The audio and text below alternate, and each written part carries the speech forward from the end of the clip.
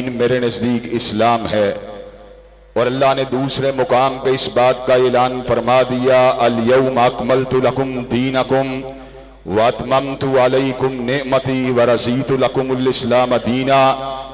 آج کے دن میں نے دین کو مکمل کر دیا، نعمتوں کو تمام کر دیا اور تمہارے لیے دین کو،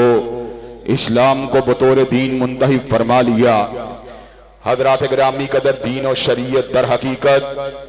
ایک ایسی کامل اور مکمل زندگی گزارنے کا نام ہے جس کے نتیجے میں اللہ تبارک و تعالی دنیا میں راضی ہو جائے اور آخرت میں انسان کو آگ سے بچا کر جنت کے باغات میں داخل کر دے۔ حضرات گرامی قدر، اللہ تبارک و تعالی کائنات کا حاکم ہے، قادر مطلق ہے، علی کل شیء قدیر ہے، مدبر الامور ہے، اول ہے، آخر ہے، یگانہ ہے، یکتا ہے، تنہا ہے، اکیلا ہے، لیس کمثلہ شیء، اس جیسی کائنات کے اندر کوئی دوسری ہستی نہیں۔ اللہ تبارک و تعالیٰ نے خود اپنا تعارف فرما دیا،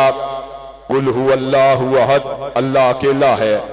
اللہ صمد، اللہ بے نیاز ہے، سونے سے بے نیاز، پینے سے بے نیاز، کھانے سے بے نیاز، نیند سے بے نیاز، اکتاہٹ سے بے نیاز، تھکاوٹ سے بے نیاز،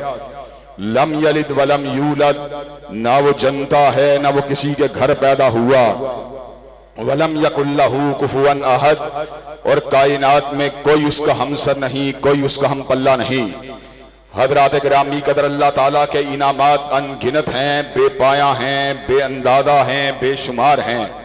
اللہ تبارک و تعالیٰ کے ان انعامات میں سے بہت بڑا انعام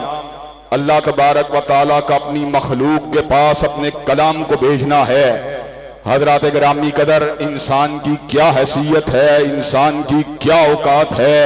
انسان کی کیا مجال ہے کہ خالق کائنات اور مالک کائنات اس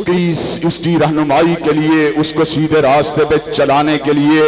اس کو اندھیروں سے نکال کر اجالوں کے راستے پہ گامزن فرمانے کے لیے اپنے کلام کو نازل فرمائے۔